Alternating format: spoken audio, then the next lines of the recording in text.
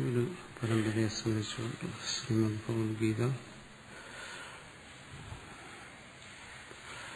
അധ്യായം 5 ശ്ലോകം 14. കഴിഞ്ഞ ശ്ലോകത്തിൽ രണ്ട് കാര്യങ്ങളാണ് പറഞ്ഞത്. ഒന്ന്, ആത്മാവിന്റെ നിജസ്ഥിതി. അത് ഈ നവദ്വാരങ്ങളുടെ പുരം, ശരീരം. ആ ശരീരത്തിൽ സദാ നൈവ കുറുവന്നകാരൻ അസംഗനായി സ്ഥിതി ചെയ്യുന്നു. ഇത് തന്നെയാണ് തത്വജ്ഞാനിയുടെ അവസ്ഥ. ഈ ശരീരത്തിൽ അസംഗനായി സ്ഥിതി ചെയ്യുന്നു എന്ന് പറയുന്നു.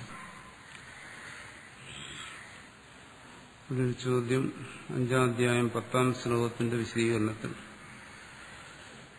രാജ്യത്തിനു വേണ്ടി യുദ്ധം ചെയ്യുന്നു എന്ന് പറഞ്ഞതുകൊണ്ടായില്ല, അത് യോഗമാക്കി ചെയ്തില്ലെങ്കിൽ ഹിംസയാണ്, ഹിംസ പാപത്തിനുണ്ടാക്കുമെന്ന് പറഞ്ഞു. ഈ സാഹചര്യത്തിൽ സ്വധർമ്മം ചെയ്യുന്ന പട്ടാളക്കാരൻ യോഗമാക്കി ചെയ്യുന്നില്ല എന്നതിനാൽ അത് സത്കർമ്മവും പുണ്യത്തിന് കാരണവും അല്ലാതാകുന്നു.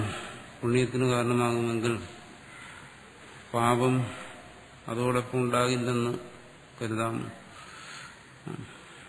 അതായത് പുണ്യകർമ്മം ചെയ്യുമ്പോൾ അതിൽ ഹിംസ വന്നാൽ ഇന്ന് പാപം ഉണ്ടാകുമെന്നാണ് പറയുന്നത്. അതിന് ഉദാഹരണം പറയുന്ന യാഗവും മറ്റും ചെയ്യുമ്പോൾ അതിൽ ചിലര് വൈദികന്മാര് അതിനും ആടിനെയും മറ്റും ബലി കൊടുക്കുന്നുണ്ട്. അത് ഹിംസയാണ്. അപ്പോൾ ആ യാഗത്തിന്റെ ഫലമായി അവർ സ്വർഗത്തിൽ പോയാൽ അവിടെ ഈ ഹിംസയുടെ ഫലം, അതായത് പാപഫലമായ ദുഃഖം അവിടെ അനുഭവിക്കേണ്ടി വരുന്നതാണ്. എങ്ങനെ അനുഭവിക്കേണ്ടി വരുന്നു? അതാണ് അസുരന്മാരും മറ്റ് സ്വർഗത്തിൽ ചെന്നവരെ അവിടെ നിന്ന് ഓടിക്കുന്നത്. അപ്പോൾ അവർ കഷ്ടപ്പാടുകൾ അനുഭവിക്കേണ്ടി വരുന്നു.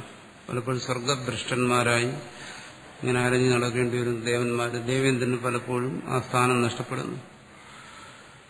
അപ്പോൾ ദേവേന്ദ്രൻ 1000 അശ്വമേധവും മറ്റും ചെയ്ത് സ്വർഗത്തിലെത്തിയ ആളാണ്, ഇന്ദ്രപദവി എത്തിയ ആളാണെന്നാണ് പറയുന്നത്.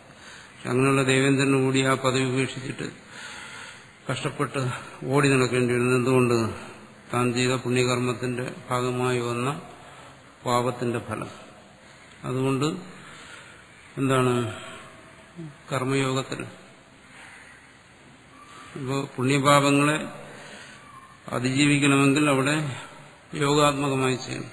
അങ്ങനെ വന്നു കഴിഞ്ഞാൽ പുണ്യപാപങ്ങളെ അതിജീവിക്കാൻ പറ്റും. അല്ലാതെ പുണ്യകർമ്മം ചെയ്തു കഴിഞ്ഞാൽ കേവല പുണ്യകർമ്മം അങ്ങനെ ഒന്നില്ല. ആ പുണ്യകർമ്മത്തോടൊപ്പം തന്നെ കുറേയൊക്കെ പാപവും വരും. അനിവാര്യമായി വരുന്ന പാപം, അതിന്റെ ഫലം അനുഭവിക്കേണ്ടി വരും. അതുകൊണ്ട് ഇപ്പോൾ ഒരാൾ രാജ്യത്തിന് വേണ്ടി ചെയ്യുന്നു.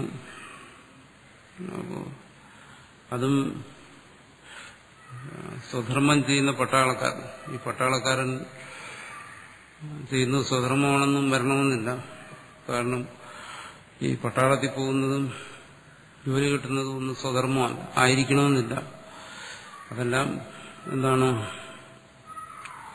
ഓരോരോ സാഹചര്യങ്ങളും ഓരോരുത്തർ ഓരോ പ്രവൃത്തിയിൽ ഏർപ്പെടുന്നതാണ്. സ്വധർമ്മം അങ്ങനെ നിശ്ചയിക്കുന്നു, അവന്റെ ഗുണമനുസരിച്ചാണ്. ഗുണമനുസരിച്ച് ഒരു പ്രവൃത്തി ചെയ്താലേ അത് സ്വധർമ്മമാകത്തുള്ളൂ. പരധർമ്മവും ഭയാവഹം.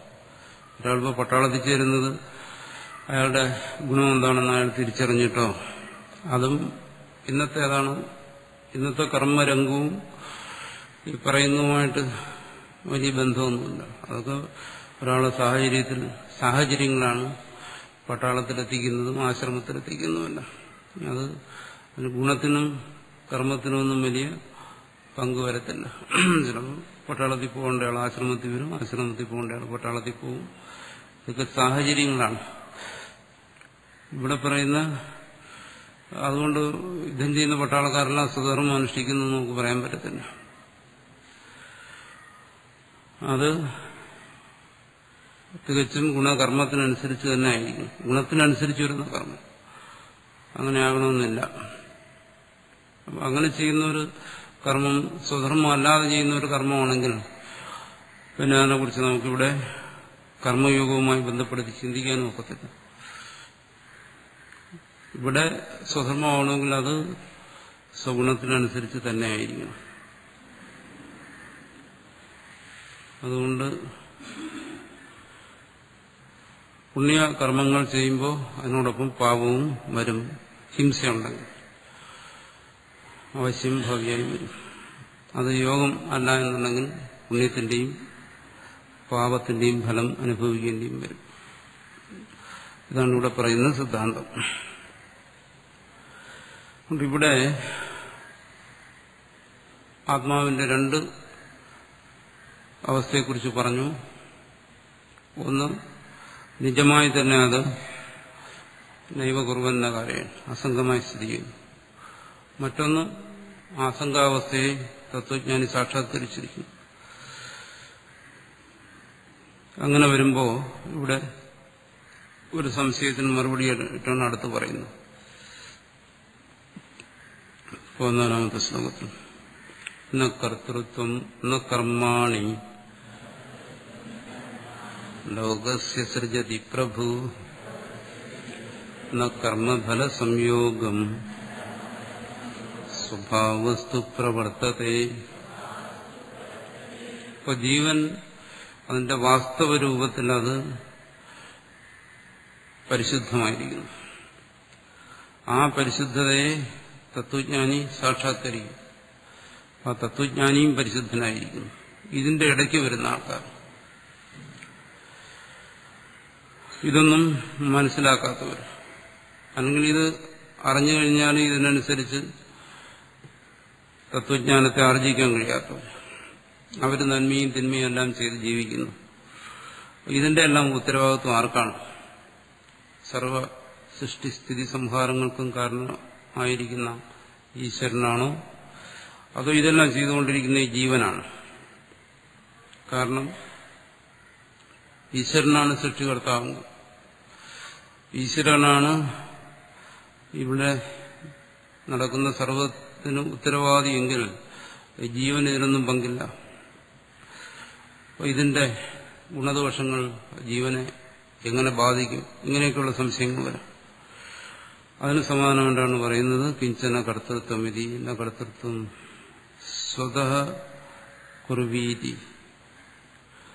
ഈശ്വരനൊരിക്കലും, അതായത് ജീവൻ അനുഭവിച്ചുകൊണ്ടിരിക്കുന്ന ഈ സംസാര യാത്ര, ഇതിൽ വരുന്ന നന്മതിന്മകൾ, കർത്തൃത്വം ഭോക്തൃത്വം തുടങ്ങിയ അനുഭവങ്ങൾ, ഇതിലൊന്നിനും തന്നെ എന്താണ്, ഈശ്വരന് യാതൊരു പങ്കുമില്ല. സ്വതഃ കർത്തൃത്വം ന കുരു ഇതി. അപ്പോ ഈശ്വരനൊരിക്കലും ആരെയും ഒന്നും ചെയ്യിപ്പിക്കുന്നില്ല. ജീവൻ താൻ എന്തെങ്കിലും ചെയ്യുന്നുണ്ടെങ്കിൽ അതിന്റെ പൂർണ്ണമായ ഉത്തരവാദിത്വം തനിക്ക് തന്നെ, ഈശ്വരനല്ല എന്നർത്ഥം. സ്വതः ഈശ്വരന് കർത്തൃത്വമില്ല. കുരു ഇതി നാപി കർമാണി രഥ ഘട പ്രാസാദാദീനി ഈപ്സിതതമാനി ലോകസ്യ സൃജതി ഉത്പാദയതി പ്രഭു ആത്മ. ഇവിടെ കർത്താവായിരിക്കുന്നതും തന്റെ ആ കർത്തൃത്വം കൊണ്ട് ഓരോ കർമ്മങ്ങളെ സൃഷ്ടിക്കുന്നതും അത് ജീവൻ തന്നെയാണ്, ഈശ്വരനല്ല. പറയുന്ന നാപി കർമാണി, കർമ്മങ്ങൾ എന്ന് പറഞ്ഞാൽ ഇവിടെ പ്രവൃത്തി എന്നുള്ള അർത്ഥത്തിലല്ല, പ്രവൃത്തിയുടെ ഫലമായി വരുന്നവ എന്തൊക്കെയാണ്? രഥം, ഘടം, പ്രാസാദം, മാളിക, ഇതെല്ലാം എന്താണ്? ഈപ്സിതതമം കർമ്മം. അതാണ് കർമ്മത്തിന്റെ നിർവചനം. ഒരുവൻ തന്റെ പ്രവൃത്തിയിലൂടെ നേടാൻ അങ്ങേറ്റം ആഗ്രഹിക്കുന്ന, ഇതൊക്കെയാണ് സാധാരണ ജീവന്മാർ ആഗ്രഹിക്കുന്നത്. ഈപ്സിതതമാനി ലോകസ്യ, ഇത് ജീവന്മാർ ആഗ്രഹിക്കുന്നു. ഓരോ വസ്തുക്കൾ തന്റെ പ്രവൃത്തിയുടെ ഫലമായി ഓരോന്ന് ആർജിക്കാൻ ശ്രമിക്കുന്നു. അതൊന്നും എന്താണ്? ജീവന് പ്രഭു ആത്മാ സൃജതി ഉത്പാദയതി, ഈശ്വരൻ അതൊന്നും സൃഷ്ടിക്കുന്നില്ല.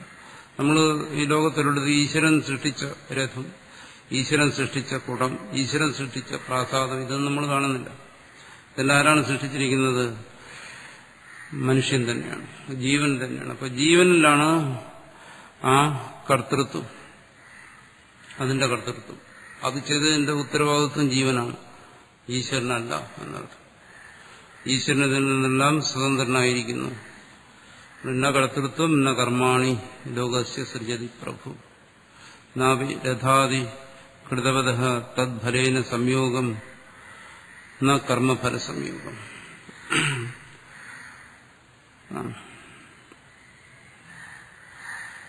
അതുകൊണ്ടെന്താണ് ആ കർമ്മഫല സംയോഗം അതും ഈ ഈശ്വരനില്ല. നാവി രഥാദി കൃതവതഃ തദ്ഫലേന സംയോഗം.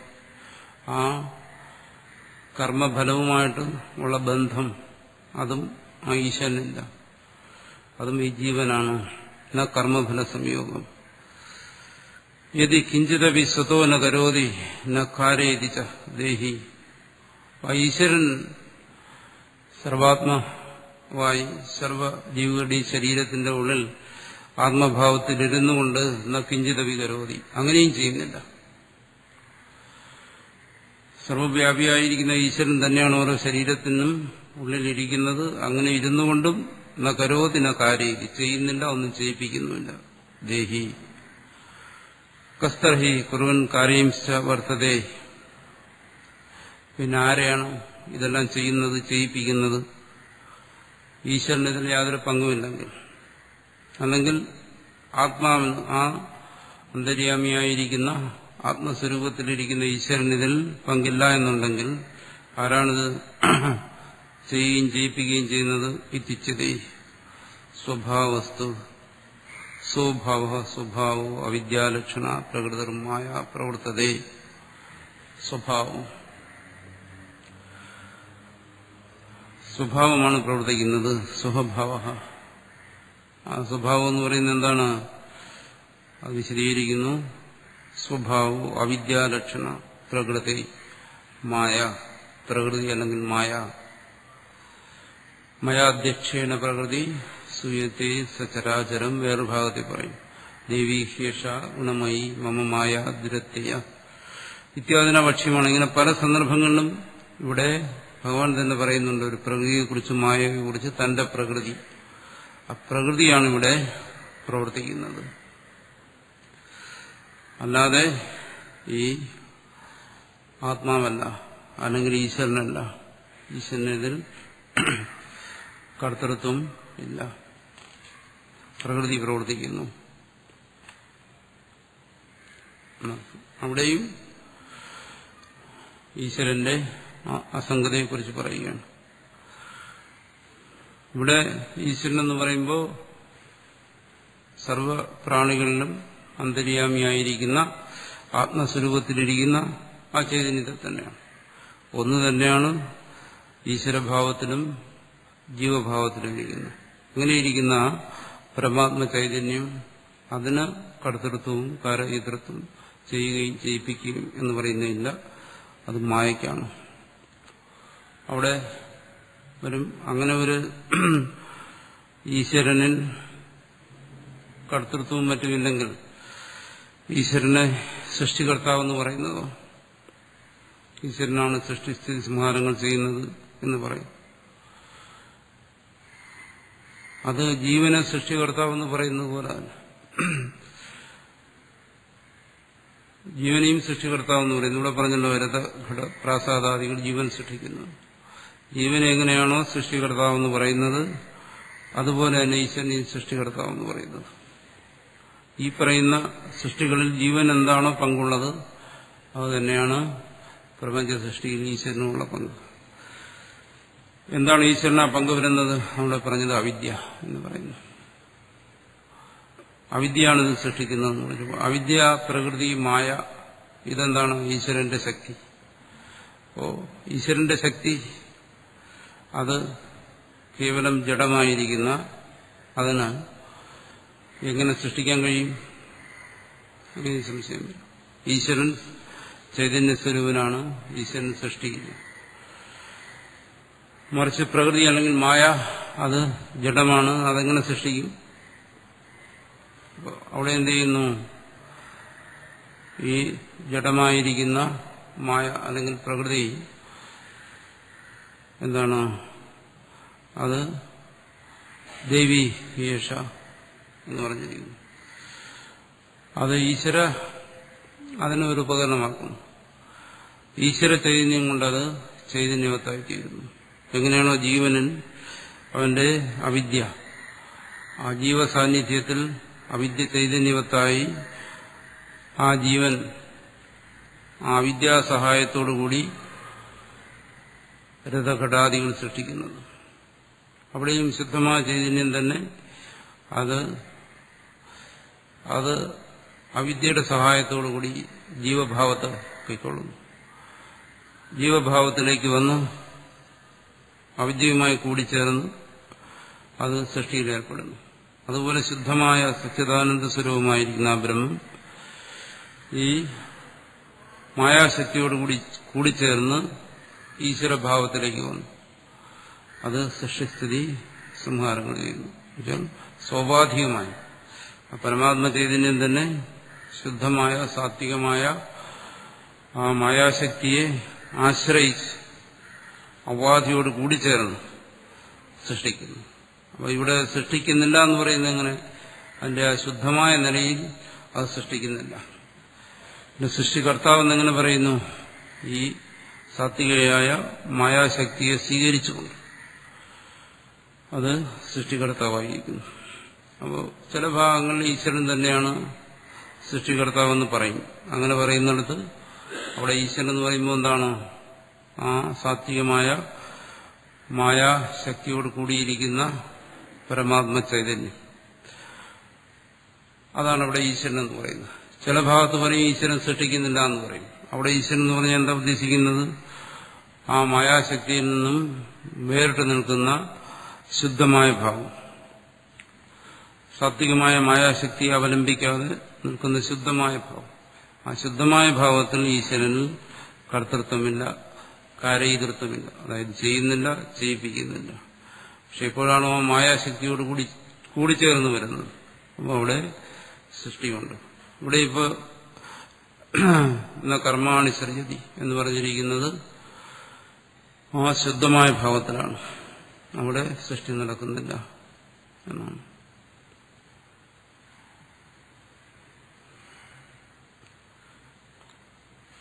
പ്രഭു പരമാത്മാവ് ലോകത്തിന് കർത്തൃത്വം സൃജതി, കർത്തൃത്വത്തെ ഉണ്ടാക്കുന്നില്ല. കർമാണി ന സൃജതി, കർമ്മങ്ങളെ വസ്തുക്കളെ ഉണ്ടാക്കുന്നില്ല. കർമ്മഫല സംയോഗം സൃജതി, കർമ്മഫലവുമായിട്ടുള്ള ബന്ധത്തെ ഉണ്ടാക്കുന്നില്ല. സ്വഭാവസ് പ്രവർത്തത, സ്വഭാവമാണ് പ്രവർത്തിക്കുന്നത്. സ്വഭാവം അവിദ്യ, ജീവനിലിരിക്കുന്ന അവിദ്യയാണ് ഇതെല്ലാം ചെയ്യുന്നത്.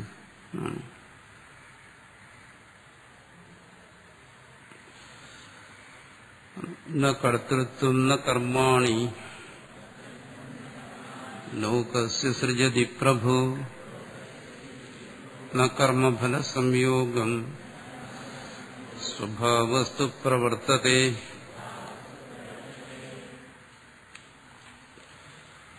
നാദത്തെ കസ്യചിത് പാപം ന ചൈവ സുഹൃതം വിഭു അജ്ഞാനേനാവൃതം ജ്ഞാനം തേന മുഹ്യന്തി ജന്തവഃ. പരമാർത്ഥവസ്തു, പരമാർത്ഥത്തിൽ എന്താണ്? നാദത്തെ നജഗൃഹ്ണാതി ഭക്തസ്യാപി കസ്യചിത് പാപം. പരമാർത്ഥത്തിൽ ആ പ്രഭു വിഭു ഈശ്വരൻ, സർവവ്യാപിയായിരിക്കുന്ന ഈശ്വരൻ നാദത്തെ നഗൃഹ്ണാതി സ്വീകരിക്കുന്നില്ല. എന്താണ്? കസ്യചിത് പാപം, ആരുടെയും പാപത്തെ ഭഗവാൻ സ്വീകരിക്കുന്നില്ല. ആരുടെയും എന്ന് പറഞ്ഞാൽ എന്താണ്? പാപികളുടെ പാപത്തെ സ്വീകരിക്കുന്നില്ല. പക്ഷെ ഭക്തന്മാരുടെ പാപത്തെ ഈശ്വരൻ സ്വീകരിക്കുമോ? അതുകൊണ്ട് ഇവിടെ എടുത്തു പറയുന്നു ഭക്തസ്യാവി, ഈശ്വരനെ ഭജിക്കുന്നവന്റെ കൂടി പാപത്തെ എടുക്കുന്നു. ഈശ്വരൻ ആരുടെയും പാപത്തെ സ്വീകരിക്കുന്നില്ല എന്നർത്ഥം. കാരണം ഭക്തൻ വിചാരിക്കും എന്താണ്? തന്റെ പാപത്തിൽ നിന്നും തന്നെ മോചിപ്പിക്കുന്നതിന് വേണ്ടി തന്റെ പാപങ്ങളെല്ലാം ഈശ്വരൻ സ്വീകരിക്കുമെന്ന് കരുതും. പറയുന്നതല്ല. ഒരിക്കലും ഭക്തസ്യാവി, ഭക്തന്റെയും പാപത്തെ ഭഗവാൻ സ്വീകരിക്കുന്നില്ല. എന്തുകൊണ്ട്? ഈ പാപത്തെ ഉണ്ടാക്കിയതാരാണ്? ഭക്തൻ തന്നെയാണ്. അപ്പോൾ ആ പാപത്തെ ഭഗവാൻ പിന്നെ ചുമക്കേണ്ട ആവശ്യമില്ല. പാപത്തെ ഉണ്ടാക്കിയവൻ തന്നെ അതിനെ സഹിച്ചോണം. അല്ലെങ്കിൽ ആൾക്കാർ വീണ്ടും പാപം ചെയ്തു എന്താണ് ഇതെല്ലാം ഭഗവാൻ പരിഹരിച്ചോണം. അങ്ങനെ വരരുത്. അതുകൊണ്ട് പറയുന്നു ഭക്തന്റെ പാപം കൂടി ഭഗവാൻ സ്വീകരിക്കുന്നില്ല. നചൈവാദത്തെ സുഹൃതം ഭക്തൈ പ്രയുക്തം വിഭു. അതുപോലെ തന്നെ മറിച്ച് വിഭു ആ പരമേശ്വരൻ ഭക്തൈ പ്രയുക്തം ഭക്തന്മാർ സൃഷ്ടിക്കുന്ന സുഹൃതം പുണ്യത്തെയും നചൈവാദത്തെ സ്വീകരിക്കുന്നില്ല. ഭക്തന്മാരുടെ പാപത്തെയും ഭക്തന്മാരുടെ പുണ്യത്തെയും ഇത് രണ്ടും ഭഗവാൻ സ്വീകരിക്കുന്നില്ല. കിമർത്ഥം തർഹി ഭക്തൈ പൂജാദിലക്ഷണം യാഗദാന ഹോമാദികം ച സുഹൃതം പ്രയുജ്യതേ. അങ്ങനെയാണെങ്കിൽ പിന്നെ ഭക്തന്മാർ പൂജയും മറ്റും ചെയ്യുന്നതോ? കിമർത്ഥം തർഹി, പിന്നെ എന്തിനു വേണ്ടിയിട്ടാണ് ഭക്തൈ ഭക്തന്മാരാൽ പൂജാദിലക്ഷണം പൂജ തുടങ്ങിയ രൂപത്തിലുള്ള യാഗദാന ഹോമാദികം സുഹൃതം ഇതൊക്കെ സത്കർമ്മങ്ങളാണ്, പൂജകളാണ്, ഈശ്വരാരാധനയാണ്. ഇതെല്ലാം കിമർത്ഥം പ്രയോജ്യതയില്ല, എന്തിനു ചെയ്യണം? ഇതൊന്നും ചെയ്തു കഴിഞ്ഞാൽ ഇതൊന്നും ഭഗവാൻ സ്വീകരിക്കുന്നില്ല.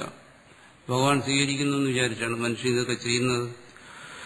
പിന്നെ ഇത് എന്തുകൊണ്ട് ഇവൻ ചെയ്യുന്നു? ഭഗവാൻ സ്വീകരിക്കുന്നു എന്ന് കരുതി ചെയ്യുന്നതോ? ഇത്യാഹ അജ്ഞാനേ ആവൃതം ജ്ഞാനം വിവേകജ്ഞാനം തേന മുഹ്യന്തി കരോമി കാരയാമി ഭോക്ഷ്യ ഭോജയാമി ഇത്യേവം മോഹം ഗച്ഛന്തി അവിവേകിനഃ സംസാരിണോ ജന്തവഃ. പറയുന്നു അജ്ഞാനേനാവൃതം, അവന്റെ വിവേകജ്ഞാനം അജ്ഞാനം കൊണ്ട് മറഞ്ഞിരിക്കുകയാണ്. അജ്ഞാനം കൊണ്ട് ജ്ഞാനം, വിവേകവിജ്ഞാനം, വിവേകവിജ്ഞാനങ്ങളെല്ലാം അജ്ഞാനം കൊണ്ട് മറഞ്ഞിരിക്കുന്നതുകൊണ്ട് എന്ത് ചെയ്യുന്നു? തേന മുഹ്യന്തി, ഇതിന്റെ പരമാർത്ഥ അവസ്ഥയെക്കുറിച്ച് പറയും. അതുകൊണ്ട് അവൻ മോഹിക്കുന്നു. ആര്? ജന്തവഃ, ഈ ജീവികൾ. അവനെന്ത് കരുതുന്നു? കരോമി, ഞാനിതാ ഹോമപൂജാദികൾ ഈശ്വരാരാധന ചെയ്യുന്നു. കാരയാമി, അല്ലെങ്കിൽ ഈശ്വരൻ എന്നെ കൊണ്ട് ചെയ്യിപ്പിക്കുന്നു. ഭോക്ഷി, ഞാൻ ആ സത്കർമ്മങ്ങൾ ചെയ്തു, അതിന്റെ ഫലത്തെ ഞാൻ അനുഭവിക്കുന്നു. ഭോജയാമി, ഈശ്വരൻ എന്നെ കൊണ്ട് അനുഭവിപ്പിക്കുന്നു. ഇത്യേവം മോഹം ഗച്ഛന്തി, ഇങ്ങനെ മോഹിതന്മാരായിത്തീരുന്നു. ഇതെല്ലാം അജ്ഞാനത്തിൽ നിന്നുകൊണ്ടാണ്. അവിവേകിനഃ സംസാരിണോ ജന്തവഃ, അവിവേകികളെന്ന് പറഞ്ഞു. അവിവേകി എന്ന് പറഞ്ഞാലും പോരാ, സംസാരികൾ ഇത്തരം പ്രവൃത്തികളെല്ലാം ചെയ്ത് നിരന്തരം ഈ സംസാര ബന്ധനത്തിൽപ്പെട്ടിരിക്കുന്ന ജന്തവഃ, ജന്തുക്കൾ എന്നുവെച്ചാൽ ജീവികൾ എന്നുള്ള അർത്ഥത്തിലാണ്. മൃഗങ്ങൾ എന്നുള്ള അർത്ഥത്തിലല്ല ജന്തവഃ, ജീവികൾ. അപ്പൊ ഈ ജീവന്മാരെല്ലാം എന്ത് ചെയ്യുന്നു? ഈശ്വരാരാധനാരൂപത്തിൽ ചെയ്യുന്ന പുണ്യവും പാപവും, ഇതൊന്നും ഈശ്വരൻ ആരുടെയും പുണ്യത്തെ എടുക്കുന്നില്ല, അല്ലെങ്കിൽ പാപത്തെ എടുക്കുന്നില്ല, അല്ലെങ്കിൽ അതിനെ ഉപേക്ഷിക്കുന്നില്ല, ഒന്നും ചെയ്യുന്നില്ല എന്നർത്ഥം. അതാണ് പരമാർത്ഥം.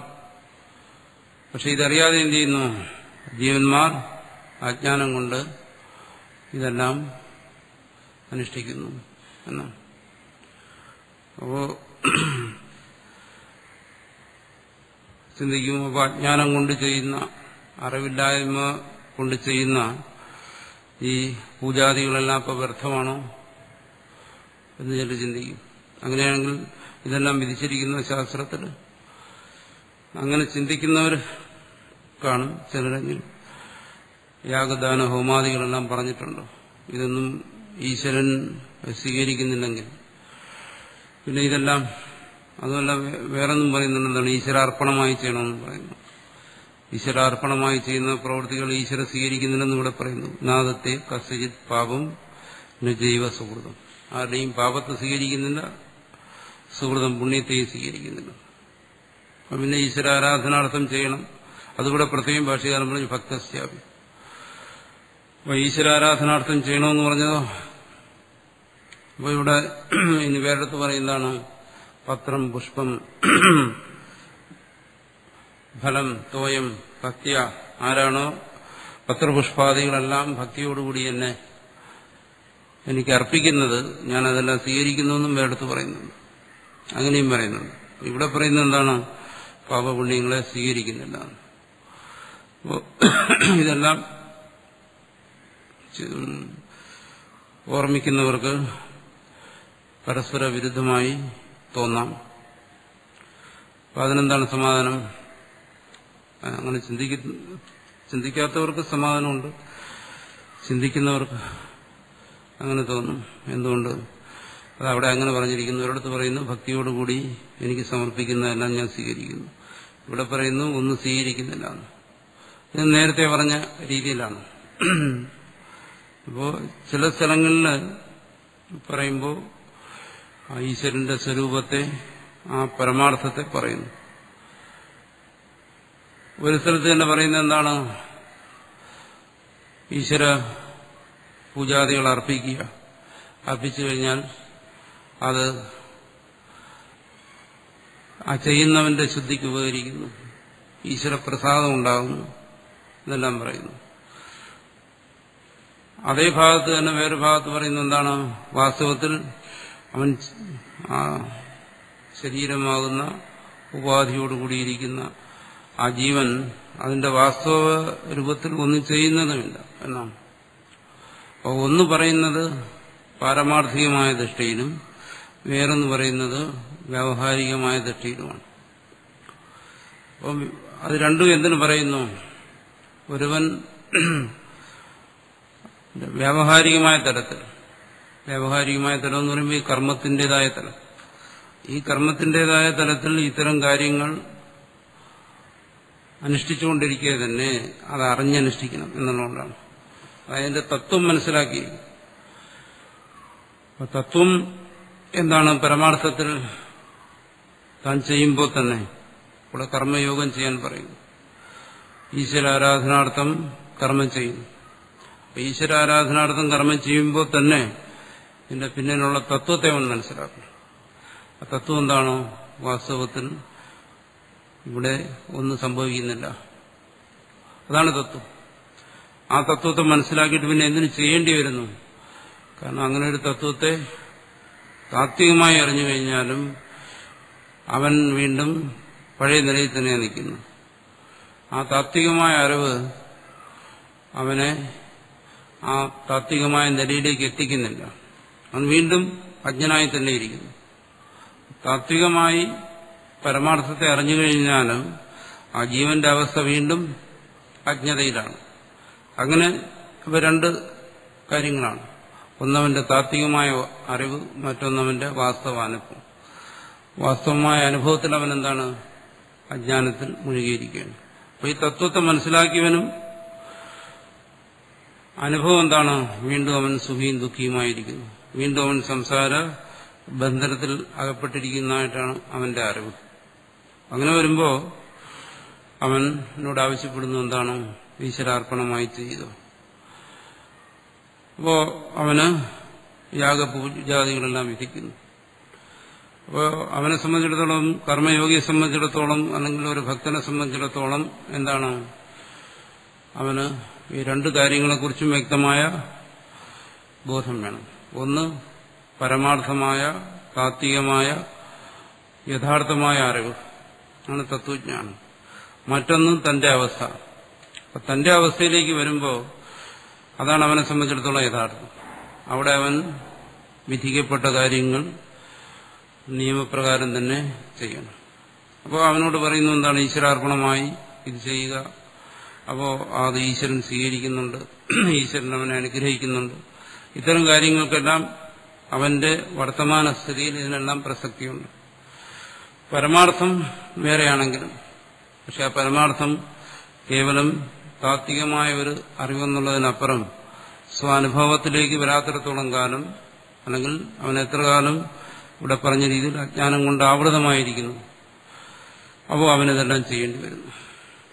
അത് ജീവനെ സംബന്ധിച്ച് എങ്ങനെയാണോ ഈ തത്വം, അത് തന്നെയാണ് ഈശ്വരനെ സംബന്ധിച്ച്. ഈശ്വരനെ കുറിച്ച് പറയുമ്പോഴും ചിലപ്പോൾ ആ പരമാർത്ഥത്തെ ബോധിപ്പിക്കും, ചിലപ്പോൾ ഈ അജ്ഞന്റെ നിലയിൽ നിന്നുകൊണ്ട് ഈശ്വരനെ ബോധിപ്പിക്കും. ആ അജ്ഞന്റെ നിലയിൽ നിന്നുകൊണ്ട് ഈശ്വരനെ ബോധിപ്പിക്കുമ്പോൾ പറയും എന്താണ്? ആ ഈശ്വരന് ഭക്തി വേണം, ഈശ്വരൻ സമർപ്പിച്ച് പ്രവൃത്തി ചെയ്യണം.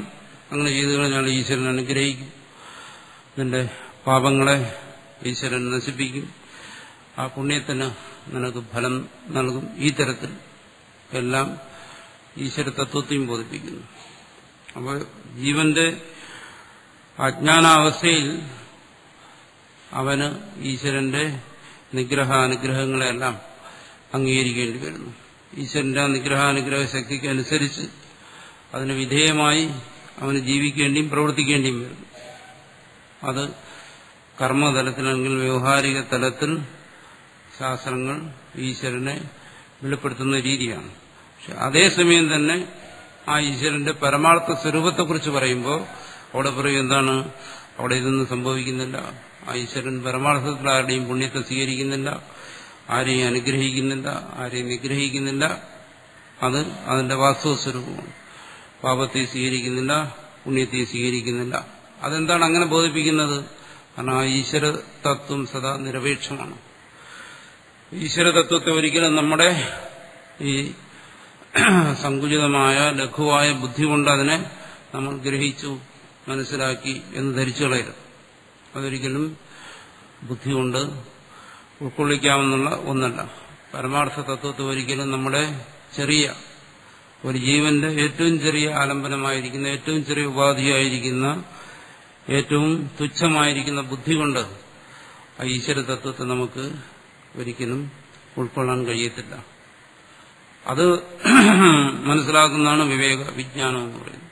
ആ വിവേക വിജ്ഞാനത്തെ അവനെ ബോധിപ്പിക്കാൻ വേണ്ടിയിട്ടാണ് പറയുന്നത്, ഈശ്വരനെ നീ ധരിച്ചിരിക്കുന്ന പോലെയല്ല. ഈശ്വരനെ സർവത്തിനും നിമിത്തമാണ്, ഈശ്വരനാണ് സർവത്തിനും കാരകമായിരിക്കുന്നത്, ഈശ്വരേച്ഛയ്ക്ക് അധീനമാണ് സർവവും, അതെല്ലാം പറയുന്നു. പക്ഷെ അങ്ങനെ പറയുന്ന സമയം തന്നെ ഈശ്വരൻ ഇതിലൊന്നും യാതൊരു പക്ഷപാതവുമില്ലാതെ പക്ഷപാതരഹിതനായി തന്നെ ഈശ്വരൻ ഇരിക്കുന്നു. ഉദാഹരണം പറയുന്നത് സൂര്യനെ പോലെ അല്ലെങ്കിൽ വൃഷ്ടിയെ പോലെ എന്നെല്ലാം പറയും. അതായത് പുണ്യപാപങ്ങൾ വേറൊരു ഭാഗത്ത് പറയും, ആരെയാണോ ഞാൻ മോചിപ്പിക്കാൻ ആഗ്രഹിക്കുന്നത് അവന് പുണ്യവൃദ്ധി ഉണ്ടാക്കി അവനെ സന്മാർഗത്തിലൂടെ നടത്തി അവനെ മോചിപ്പിക്കും. ആരെയാണോ ഞാൻ ഈ സംസാരത്തിൽ തന്നെ ബന്ധിക്കാൻ ആഗ്രഹിക്കുന്നത് അവനെ അവന്റെ വിവേകത്തെ കെടുത്തി അവനെ ദുർമാർഗത്തിലൂടെ നടത്തി അവനെ ഈ സംസാരത്തിൽ തന്നെ ബന്ധിപ്പിക്കും. ഈ തരത്തിലും എല്ലാം പറയും. ഇതും ശ്രുതികളിൽ തന്നെ ഇങ്ങനെയെല്ലാം പറയും. അപ്പൊ അതിന്റെയൊക്കെ പരമാർത്ഥമായ താല്പര്യം എന്താണ്? ഈശ്വരൻ ഈ കാര്യം ബ്രഹ്മസൂത്രത്തിനും ചർച്ച ചെയ്യുന്നുണ്ട്. എല്ലാ ഈ തത്വശാസ്ത്രങ്ങളിലും മതങ്ങളിലുമെല്ലാം ഈശ്വരനെ സംബന്ധിച്ചുള്ള ഈ ഒരു കാഴ്ചപ്പാടിൽ ആശയക്കുഴപ്പമുണ്ട്. അതിനിവിടെ പറയുന്ന സമാധാനം എന്താണ്? ഈശ്വര തത്വം എന്ന് പറയുന്നത് ജീവന്മാരെ സംബന്ധിച്ചിടത്തോളം, കാരണം ഈശ്വരനാണ് ഈ സൃഷ്ടിക്ക് ഉത്തരവാദിയെങ്കിൽ ഈ ജീവന്റെ എല്ലാ പുണ്യപാപങ്ങൾക്കും ഈശ്വരൻ തന്നെയാണ് ഉത്തരവാദി. അപ്പോൾ ഒരുവൻ നന്നാകുന്നതിനും നശിക്കുന്നതിനും ഈശ്വരനാണ് ഉത്തരവാദിയെങ്കിൽ അതിനവൻ ഉത്തരവാദിയല്ല, അവനെ അതിന് കുറ്റപ്പെടുത്താൻ ഒക്കത്തില്ല. അപ്പോൾ ജീവൻ തീർത്തും നിരപരാധിയാണ്. ജീവനെ പുണ്യത്തിന്റെ പേരിൽ അവന് നന്മ കൊടുക്കാനോ പാപത്തിന്റെ പേരിൽ അവനെ ശിക്ഷിക്കാനോ ഒന്നും ഈശ്വരന് അവകാശമില്ല. എന്തുകൊണ്ട്?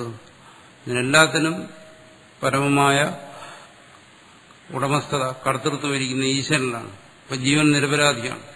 ഒരാൾ പാപത്തിന്റെ ഫലമായി ദുഃഖിക്കുന്നു എന്ന് പറയുന്നത് യാതൊരു തരത്തിലുള്ള യുക്തിയുമില്ല. ഒരാൾ പുണ്യത്തിന്റെ ഫലമായി സൂഹിക്കുന്നു എന്ന് പറയുന്നതിനും യുക്തിയില്ല. എന്തുകൊണ്ട്? അതിനെല്ലാം ഉത്തരവാദി ഈശ്വരനാണെന്ന്. അപ്പോൾ ഈശ്വരനും ഈശ്വരന്റെ സർവജ്ഞത്വവും സർവശക്തിത്വവും ഇതെല്ലാം അംഗീകരിക്കുകയും പിന്നെ ജീവനിൽ അവന്റെ പ്രവൃത്തിയുടെ ഉത്തരവാദിത്വം ഏൽപ്പിക്കുകയും ചെയ്യുമ്പോൾ അവിടെ ഒരു യുക്തിഭംഗം വരും. അതിന് ഇവിടെ പറയുന്ന സമാധാനം എന്താണോ? ഇവിടെ പറയുന്നത് ഈശ്വര ജീവനെ സംബന്ധിച്ചിടത്തോളം ജീവൻ ചെയ്യുന്ന പ്രവൃത്തികളുടെ പുണ്യപാപങ്ങളുടെ ഉത്തരവാദിത്വം ജീവനിൽ തന്നെയാണ്, ഈശ്വരനല്ല. അത് ഏതുപോലെ പറയുന്നു? വൃഷ്ടി പോലെ. വൃഷ്ടി, മഴ എന്ത് ചെയ്യുന്നു? അതിനെ ആശ്രയിച്ചിട്ടാണ് വൃക്ഷ ലതാദികളെല്ലാം വളരുന്നത്. പക്ഷെ സൽഫലങ്ങൾ കൊടുക്കുന്ന വൃക്ഷ എന്ത് ചെയ്യുന്നു? ആ വൃഷ്ടിയെ ആശ്രയിച്ച് അത് ജീവൻ നിലനിർത്തുന്നതാണ്. ജീവജലം എന്നാണ്. ആ ജലത്തെ ആശ്രയിച്ചിട്ട് അത് സൽഫലങ്ങളെ നൽകുന്നു. അതേസമയം വിഷവൃക്ഷങ്ങളുമുണ്ട്, വിഷഫലങ്ങളെ കൊടുക്കുന്നു. ആ വൃക്ഷങ്ങൾ എന്ത് ചെയ്യുന്നു? അതിനെ ആശ്രയിച്ചിട്ട് വിഷഫലത്തെ സൃഷ്ടിക്കുന്നു. വിഷവൃക്ഷങ്ങൾ മുള്ളും മുരടുമെല്ലാമുള്ള വൃക്ഷങ്ങളുണ്ട്. അതേസമയം നല്ല വൃക്ഷങ്ങളുമുണ്ട്, നല്ല ഫലത്തെ കൊടുക്കുന്ന വൃക്ഷങ്ങളുണ്ട്, വിഷഫലത്തെ കൊടുക്കുന്ന വൃക്ഷങ്ങളുണ്ട്. അതുപോലെ ജീവന്മാർ അതുപോലെയാണ്. എല്ലാ വൃക്ഷങ്ങളും വൃഷ്ടിയെ ഒരുപോലെ ആശ്രയിക്കുന്നു. വൃഷ്ടിക്ക് വാസ്തവത്തിൽ ഇതിലെന്താണ് പങ്കുള്ളത്? വൃഷ്ടിക്ക് പ്രത്യേകിച്ച് പങ്കൊന്നുമില്ല. വൃഷ്ടിക്ക് അവിടെ യാതൊരു പക്ഷപാതവുമില്ല. അത് സൽഫലങ്ങൾ കൊടുക്കുന്ന വൃക്ഷത്തെ സംബന്ധിച്ചായാലും ശരി, അതിന് വളരാനും ഫലത്തെ കൊടുക്കുന്നതിനും എല്ലാമുള്ള സഹായം അത് ചെയ്യുന്നു. ഇനി വിഷവൃക്ഷങ്ങൾക്കും വിഷഫലത്തെ കൊടുക്കുന്ന വൃക്ഷങ്ങൾക്കും അത് അതുപോലെ തന്നെ സഹായിക്കുന്നു. അതായത് അതിനെ സംബന്ധിച്ച് പ്രത്യേകിച്ച് യാതൊരു പക്ഷപാതവുമില്ല. അപ്പോൾ പക്ഷപാതരഹിതനായി ഈശ്വരന്റെ സാന്നിധ്യത്തിൽ ജീവന്മാർ പ്രവർത്തിക്കുന്നു. ജീവന്മാർ എന്ത് ചെയ്യുന്നു? എന്തുകൊണ്ട് ആ വൃക്ഷം ചിലത് സൽഫലത്തെ കൊടുക്കുന്നു, മധുരഫലത്തെ കൊടുക്കുന്നു, ചിലത് എന്തുകൊണ്ട് വിഷഫലത്തെ കൊടുക്കുന്നു? അത് പറയും അതിന്റെ വിത്തിനനുസരിച്ച്, അതിന്റെ സ്വഭാവത്തിനനുസരിച്ച്. അത് തന്നെയാണ് ഇവിടെയും പറയുന്നത്. ജീവൻ അവന്റെ സ്വഭാവം അനുസരിച്ച്, അവന്റെ സംസ്കാരം അനുസരിച്ച് നന്മയും തിന്മയും അനുഷ്ഠിക്കുന്നു. അതിന്റെ ഫലമായ പുണ്യത്തെയും പാപത്തെയും അനുഷ്ഠിക്കുന്നു. അതിന് ഈശ്വര ചൈതന്യം വൃഷ്ടിയെപ്പോലെ എല്ലാത്തിനും ഒരുപോലെ, പ്രത്യേകിച്ച് പക്ഷപാതമില്ലാതെ സമമായി അതിന് സഹായകമായിരിക്കുന്നു. അതുതന്നെ ഉദാഹരണമായി സൂര്യനെ എടുക്കും. സൂര്യന്റെ പ്രകാശം നന്മ ചെയ്യുന്നതിനും തിന്മ ചെയ്യുന്നതിനും, സത്കർമ്മങ്ങൾ ചെയ്യുന്നതിനും ദുഷ്കർമ്മങ്ങൾ ചെയ്യുന്നതിനും ഒരുപോലെ സഹായിയായിരിക്കുന്നു. അതൊന്നും ആ പ്രകാശത്തെ അല്ലെങ്കിൽ സൂര്യനെ സ്പർശിക്കുന്നില്ല. അതുപോലെ അതൊന്നും വൃഷ്ടിയെ സ്പർശിക്കുന്നില്ല. അതുപോലെ ഈശ്വരനും ജീവൻ ചെയ്യുന്ന നന്മതിന്മകൾക്ക് അവന്റെ സ്വഭാവം അനുസരിച്ച്, അവന്റെ സംസ്കാരം അനുസരിച്ച് അവൻ ചെയ്യുന്ന നന്മതിന്മകൾക്ക് ഈശ്വര ചൈതന്യത്തിന്റെ സാന്നിധ്യം അത്യന്താപേക്ഷിതമാണ്. പക്ഷെ ആ സാന്നിധ്യം കൊണ്ട് ഈശ്വര ചൈതന്യം എങ്ങനെയാണോ പ്രകാശം നന്മതിന്മകളാൽ ദുഷിക്കാതിരിക്കുന്നു, അല്ലെങ്കിൽ വൃഷ്ടി എങ്ങനെയാണോ ആ ഫലങ്ങൾ കൊണ്ട് ദുഷിക്കാതിരിക്കുന്നു, അതുപോലെ ഈശ്വര ചൈതന്യവും ഈ ജീവന്റെ നന്മതിന്മ പ്രവൃത്തികൾ കൊണ്ട് അതിന് യാതൊരു ദോഷവും സംഭവിക്കുന്നില്ല. അതിന്റെ സാന്നിധ്യം മതി. അതിന്റെ പരമാർത്ഥത്തിൽ എന്താണ്? അത് ഈ കർമ്മത്തിനൊന്നും പ്രേരകമല്ല. അത് സദാ ശുദ്ധമായി തന്നെ ഇരിക്കുന്നു. ഇതെല്ലാം സംഭവിക്കുന്ന ഇവിടെ ആ സാത്വികമായ മായാശക്തിയോടുകൂടി ജീവശക്തി, ആ ഈശ്വരശക്തി കൂടി ചേരുമ്പോൾ അത് ഈ സമഷ്ടി പ്രപഞ്ചത്തിന്റെ സൃഷ്ടിസ്ഥിതി സംഹാരങ്ങൾക്കെല്ലാം കാരണമായി തീരുന്നു.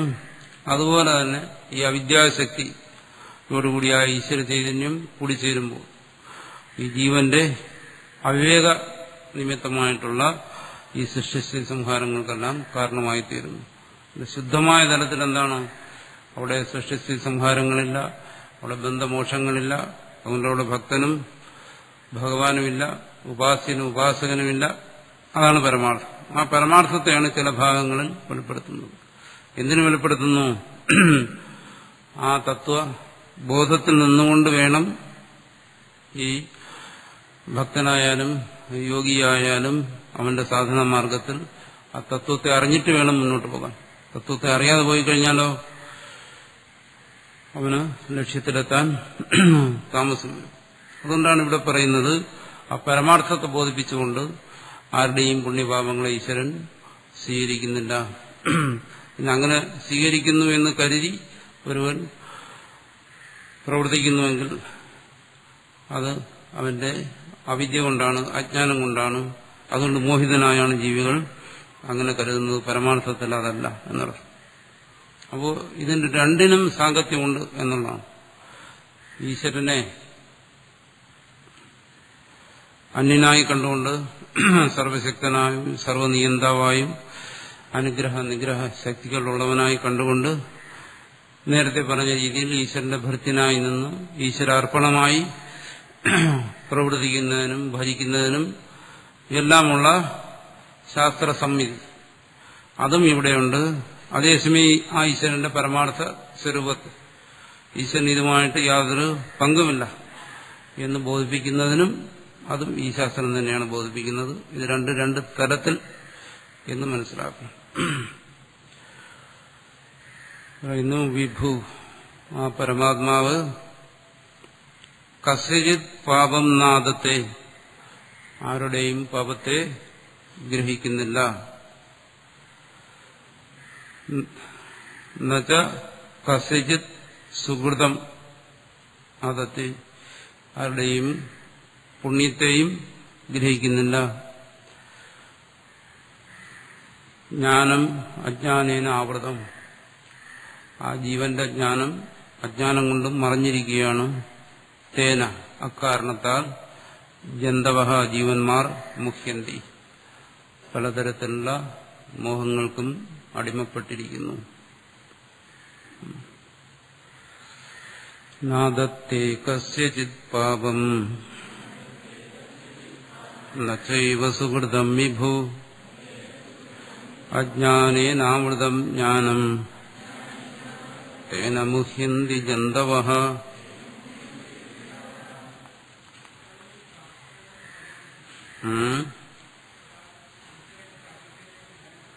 അതാണ് പറഞ്ഞത്. രണ്ട് തലമെന്ന് പറഞ്ഞല്ലോ. ഒരു തലത്തിൽ എന്താണ് ഈ ഉപാധികളെല്ലാം അംഗീകരിച്ചുകൊണ്ട് അവിടെ ഭക്തനും ഭഗവാനും എന്നുള്ള ഭേദത്തെ കൽപ്പിച്ചുകൊണ്ട് പറയുമ്പോൾ അവിടെയെല്ലാം എന്തുണ്ട്? ഉപാസിയുണ്ട്, ഉപാസനയുണ്ട്, അതിന് ഫലങ്ങളുണ്ട്. സൽക്കർമ്മത്തിന് നല്ല ഫലം, ദുഷ്കർമ്മത്തിന് ദുർഫലം, അതെല്ലാം ഉണ്ട്. ഇനി മറ്റൊരു തലമുണ്ട് ഇതൊന്നും ഇല്ലാത്തത്. ഇതിന് രണ്ടിനെയും ശാസ്ത്രം ബോധിപ്പിക്കും. അപ്പോൾ പ്രാർത്ഥനയ്ക്കും എല്ലാം ഫലമുണ്ട്. അതാണിപ്പോൾ ഇതുവരെ വിശദീകരിച്ചത്. പ്രാർത്ഥനയ്ക്ക് ഫലമുണ്ട്, ഉപാസനയ്ക്ക് ഫലമുണ്ട്, ദുഷ്കർമ്മങ്ങൾക്ക് ഫലമുണ്ട്, അവിടെ ഭഗവാൻ സ്വീകരിക്കുന്നു, അതെല്ലാം ഉണ്ട്. അത് നമ്മൾ ഈ കർമ്മത്തിന്റെ തലം, വ്യവഹാരത്തിന്റെ തലം, അല്ലെങ്കിൽ മായയ്ക്ക് അധീനമായിരിക്കുന്ന തലം എന്ന് പറയും. മായാമുക്തമായൊരു തലത്തെക്കുറിച്ച് പറയുന്നുണ്ട്. അത് കേവലം ഈ അദ്വൈത ശാസ്ത്രത്തിൽ മാത്രമല്ല, ഭക്തിശാസ്ത്രത്തിനും എല്ലാം പറയും. എല്ലായിടത്തും ഭക്തിശാസ്ത്രങ്ങളിലും എന്താണ് ഭഗവാനെ കുറിച്ച് വർണ്ണിക്കുമ്പോൾ എന്ന് പറയും? അത് നിരപേക്ഷമായ തത്വമായിട്ടാണ്. നിർഗുണം, നിരാകാരം, നിരവ്യയം, ശാന്തം, ഈ തരത്തിലാണ് ഏത് ഭക്തിശാസ്ത്രത്തിനും ഭഗവാനെ കുറിച്ച് പറഞ്ഞാൽ. അങ്ങനെ നിർഗുണവും നിരാകാരവും ആയിരിക്കുന്ന ഭഗവാൻ ആരുടെ പാപത്തെ സ്വീകരിക്കാനാണ്, ആരുടെ പുണ്യത്തെ സ്വീകരിക്കാനാണ്, ആരെ അനുഗ്രഹിക്കാനാണ്, അല്ലെങ്കിൽ ആരെ നിഗ്രഹിക്കാനാണ്, അതൊന്നും അവിടെ സംഭവിക്കത്തില്ല. പക്ഷെ എന്നിട്ട് അവിടെ വീണ്ടും എന്ത് ചെയ്യും? ഭക്തി ഉപദേശിക്കും. ഭഗവാനോട് ഭക്തി വേണമെന്നും പറയും. അപ്പോൾ അത് ഏത് തലത്തിൽ എന്ന് പറയുന്നു? അത് ഈ മായാധീനമായിരിക്കുന്ന തലം, പ്രാപഞ്ചികമായ തലത്തിൽ. ജീവൻ അജ്ഞാനേന ആവൃതം എന്ന് പറഞ്ഞല്ലോ. അങ്ങനെ ആവൃതനായിരിക്കുന്ന ജീവനെ സംബന്ധിച്ചിടത്തോളം അവിടെ താൻ ഭക്തനാണ്, ഭഗവാൻ വേറെയാണ്, അതും ബോധിപ്പിക്കുന്നു. അതേസമയം മറ്റൊരു തലം ഉണ്ടെന്നും അറിഞ്ഞിരിക്കണം. അതുകൊണ്ട് ഇതിനെല്ലാം ഫലം ഇല്ലെന്നല്ല, ഫലം ഉണ്ടെന്ന് തന്നെ പറയുന്നു. രണ്ട് തലങ്ങളിൽ നിന്നുകൊണ്ട് തത്വത്തെ ബോധിപ്പിക്കുന്നു എന്നുള്ളത്. അതാണ് നമ്മൾ ഇതുവരെ ചർച്ച ചെയ്തത്.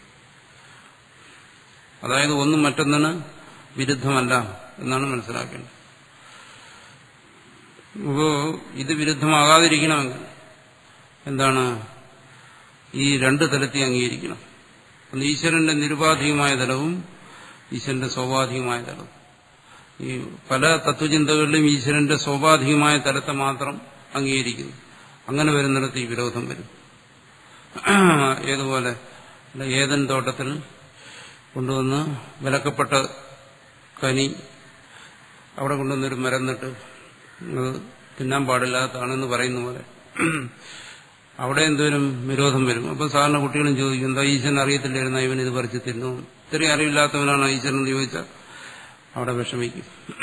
ഉത്തരം പറയാൻ പറ്റത്തില്ല. അത് ശരിയാണെന്ന്. ഈശ്വരൻ സർവശക്തനാണ്, സർവജ്ഞനാണ്. അപ്പൊ ഈശ്വരൻ അറിയാൻ എന്താണ്? ഈ കായ് ഇവിടെ കൊണ്ടുവന്ന് വെച്ചു കഴിഞ്ഞാൽ പിള്ളേരിത് പറിച്ച് തിന്നുമെന്നറിയാം. അറിഞ്ഞുകൊണ്ട് അവിടെ കൊണ്ട് നട്ടിട്ട് പിന്നെ അത് തിന്നതിന് അവനെ ശിക്ഷിക്കുന്നതിന് വല്ല അർത്ഥമുണ്ടോ? കാരണം ഭാവി നടക്കാൻ പോകുന്ന കാര്യം ഈശ്വരനറിയാം. നാളെ ഇതിവിടെ നിന്ന് കഴിഞ്ഞാൽ നാളെ എന്തായാലും ശരി ഇവൻ ഇത് പറിച്ച് തിന്നു കഴിഞ്ഞാൽ അത് നാശമുണ്ടാകും എന്നറിഞ്ഞ് ഇതറിയാമെന്നുള്ളത് ആണ്. അത് ആളാണ് ഈശ്വരൻ എന്ന് പറയുന്നത്, സർവജ്ഞൻ. ഭാവി നടക്കാൻ പോകുന്ന കാര്യം അറിയാവുന്ന ആളാണ് ഈ സർവജ്ഞൻ. അങ്ങനെയുള്ള ഈശ്വരൻ അവിടെ എന്ത് ചെയ്തു? ഒരു ഫലം കൊണ്ടുവച്ചു. എന്നിട്ട് അത് പിള്ളേർ പറിച്ചു തിന്നു. പിന്നെ അവരെ ശിക്ഷിക്കുക, അടിക്കുക. അത് ശരിയാണോ? കാരണം ഇത് നാളെ നടക്കുമെന്ന് ഈശ്വരനറിയാം. അറിഞ്ഞുകൊണ്ട് തന്നെ ചെയ്തപ്പോൾ അതിന്റെ ഉത്തരവാദിത്വം ആർക്കാണ്? ഈശ്വരനല്ലേ അവിടെ കുറ്റക്കാരൻ? അടി കൊടുക്കേണ്ട ഈശ്വരനല്ലേ എന്ന് പിള്ളേർ ചോദിക്കും. ചോദിച്ചു കഴിഞ്ഞാൽ അപ്പോ എന്തുവരും? ഒരു ഉത്തരവും പറയാൻ പറ്റത്തില്ല. അങ്ങനെ ഒരു സമാധാനവും യുക്തിയുക്തമായി ചോദ്യം ചോദിക്കുന്നതിന് പറയാൻ പറ്റത്തില്ല. ഈശ്വരന് തന്നെയാണ് അടി കൊടുക്കേണ്ടത്. എന്തുകൊണ്ട്? ഈശ്വരൻ അറിയാമായിരുന്നത് അവിടെ നടക്കാൻ പോകുന്ന കാര്യം ഈശ്വരൻ അറിയുന്നുണ്ട്. അതിൽ ഈശ്വരന്റെ സർവജ്ഞനെന്ന് പറഞ്ഞു. ഇതവിടെ വച്ചു കഴിഞ്ഞാൽ ഇവനിത് പറിച്ചു തിന്നും. പറിച്ചു തിന്നു കഴിഞ്ഞാൽ പാപം ഉണ്ടാവും. പിന്നെ അവനെ അതിന്റെ പിന്നിൽ ശിക്ഷിക്കാൻ നടക്കുക. അപ്പൊ ഇതെല്ലാം ഉത്തരവാദിത്വം ആർക്കാണ്? വാസ്തവത്തിൽ അവൻ നിരപരാധിയാണ്. ഇതെല്ലാം അറിയാവുന്ന ആള് അതവിടെ കൊണ്ടുവന്ന് വെച്ചു.